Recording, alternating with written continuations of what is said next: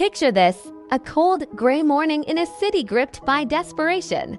I still remember that day vividly, the day when hunger walked through our doors like an uninvited guest, making itself at home in every corner of our lives. It started with whispers, really. The food shortages that everyone talked about, but no one wanted to believe. First, the supermarket shelves grew sparse. Then, the local markets began closing, one by one, like dominoes falling in slow motion. But it wasn't real to me, not until that Wednesday morning. I was working my shift at the local high school when I heard the thud. That horrible, hollow sound of a body hitting the floor. Tommy, one of our brightest seniors, had collapsed in the hallway. His face was pale, his body trembling. He hadn't eaten in 3 days, he later told us. His family had been stretching their last can of beans, saving the portions for his younger siblings. Outside, the city had transformed.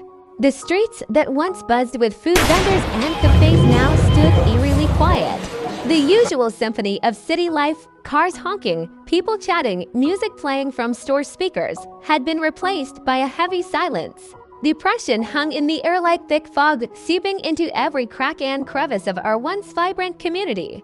You could see it in people's eyes, that mix of worrying and weariness. Parents walking slower to conserve energy, children no longer playing in the parks. The community centers that used to host potlucks and celebrations now served as makeshift soup kitchens, though even those were running dry. Looking back now, it's strange how quickly we adapted to this new normal. How we learned to ignore the constant gnawing in our stomachs. How we became experts at rationing every morsel. How we started growing anything we could in window boxes and on rooftops. But here's the thing about hunger. It doesn't just empty stomachs. It fills minds with desperation. It changes people, transforms communities, and reveals both the worst and the best in humanity. We saw neighbors helping neighbors, sharing what little they had, creating underground food networks, and finding ways to survive together.